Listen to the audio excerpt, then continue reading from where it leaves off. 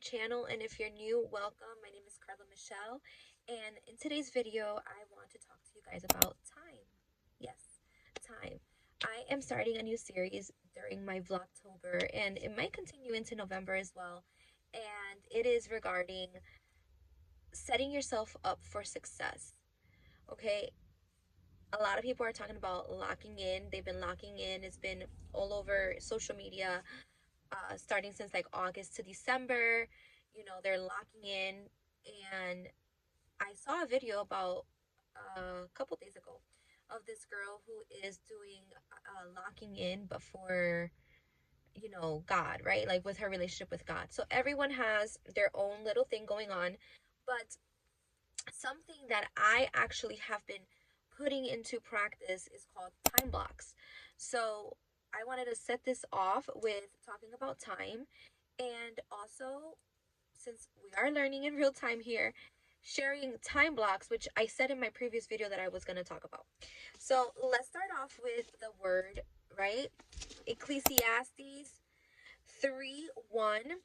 And it says, "For everything there is a season, a time for every activity under heaven."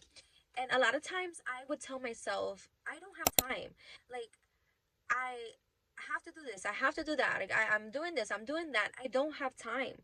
But that is a lie, or a statement that I would tell myself that is very untrue. It is not true. We do have time. We all get the same 24 hours in a day. We all get the same days of the week. So why is this person getting everything they said they're going to get done, and me, who said she has to get so many things done, but doesn't? I have just been really thinking about my time, and I am doing a 90-day challenge within my business, and it is called like the Mastermind Challenge. It ends in January. And one of the first things that the leader of the group told us to do was to create time blocks to work on our business. And I was like, this is exactly a confirmation that I need for myself, right? Then I saw a video talking about stewarding your time.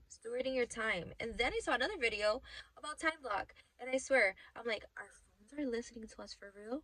Or is God just really like speaking to me right now? I told myself that, because I'm like, this is crazy. So this video about time blocking was just so on time, and I'm like, you know what? I need to talk about this. I need to share what I'm doing and what I'm gonna start doing. Time blocking for everything in my day, not just for my business, but for everything. So in Ecclesiastes 3:1, it says, "For everything there is a season, a time for every activity under heaven." How more specific can that be? There is time for everything. And something that I've been learning is that if it's going to take me out of my goal, if it's making me rush, if it's making me completely overwhelmed, then it may be something that I don't have to do. Okay? Another thing is, from urgent to priority to not that serious, right? So urgent, something that's completely urgent that needs to get done, that's going to be on my top of my list. And then what is a priority to me? And list that. Another thing is, because we have 7 days in the week, breaking up our priorities. And that is something that I struggle with. For example, I don't have to clean my house in one day, like from top to bottom. I can take one day to do the bathrooms, one day to do the kitchen, one day to do the sheets. I could break it down like that per day. Blocking is going to come in effect for this. And it is something that for me, it seems already like, whoa, like, what you mean? Like, life throws different things at me. How am I going to block this time, block that time? But that's the point. It's preparing ourselves for the day. And if we are prepared for the day, this is so like simple, but for me was like I'm going to prepare for the day with my time blocks. Therefore, if something does happen that makes me unable to complete that task at that time, I could then just move it to a different time because now I know what my day looks like. I know that you guys are probably like, Carla, duh. Or Carla, that's what I do. Why haven't you been doing this? But I just really haven't been stewarding the time that God has allowed me to have. And it has trickled down into my weight loss. It has trickled down into how I eat. If I begin to organize my times, okay, Sundays at this time, I'm going to meal prep. It's going to be better. I just have to learn how to be disciplined even with my time. But it's small steps and it's grace, right? God is merciful, he's graceful, he understands. He understands. But we need to be better stewards of our time. So I'm going to get my planner, and in my next video I'll show you guys how my time blocks are looking like. And I want you guys to comment down below if this is something you already do, if this is something that you want to do. And if it's something you want to do, yes, let's do it together. Let's get our time back. Let's own our lives to the point where it's like we understand that God is the one that is over us, leading us, guiding us. But we also understand that he has given us stewardship, right? He has given us the ability to steward our time, our money. And that's another big thing for me, my money. But so I'm locking in for time, right? Time. There is time for everything. And we see this in Ecclesiastes. So, guys, I hope you guys enjoyed today's video. I hope you guys are motivated, encouraged to take ownership of our life, right? Let's take our lives back. Because everything we do with our lives, everything we do with our bodies, ourselves, is us just saying, no, I am in control of this.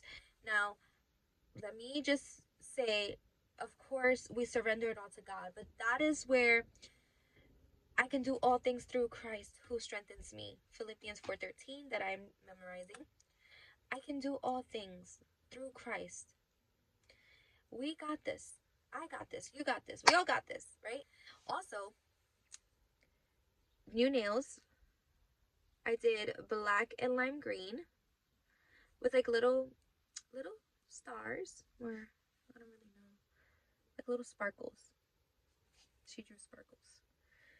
But these are my new mid-end of October nails. Hope you guys like them. And my husband got me a new mug.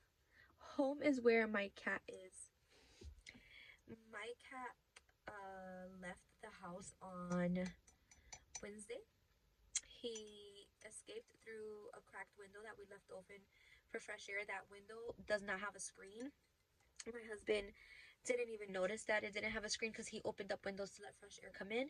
He didn't think nothing of it, and my cat left through there. We did not notice that our cat left because he is the type of cat that he goes into his own world. He'll lay under the bed, and he's just always doing his own thing. So when I realized, I'm like, wait, okay, but he normally comes down to eat. He normally comes down, to at least like say hi, right? And I didn't. And I looked everywhere and I couldn't find him, and he was lost.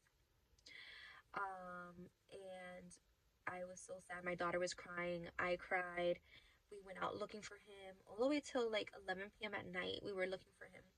Then I chat GPT what else we can do. It gave us some tips, and one of them was recheck at dawn. So at 5 o'clock in the morning, I was out looking for him, and guys, he was 2 blocks away in front of a car, just sitting there like this, just sitting there. I just parked the car in the middle of the street, put my hazards on, ran out the car. He was so scared. He ran back under that car and didn't want to come out for a bit. But then I started talking to him, and very slowly and quietly, gentle, and he finally came out, and he's home. So that was a scary overnight experience, and he hasn't been himself. When he got home, he was acting a little weird, but imagine, he's traumatized. So my husband went yesterday and found this mug. Like, he saw it and thought it was the perfect mug for me after what I went through. After what we all went through, not just me. But guys, I hope you guys enjoyed today's video, and I will catch you in the next one, because if not, I will keep rambling. Bye.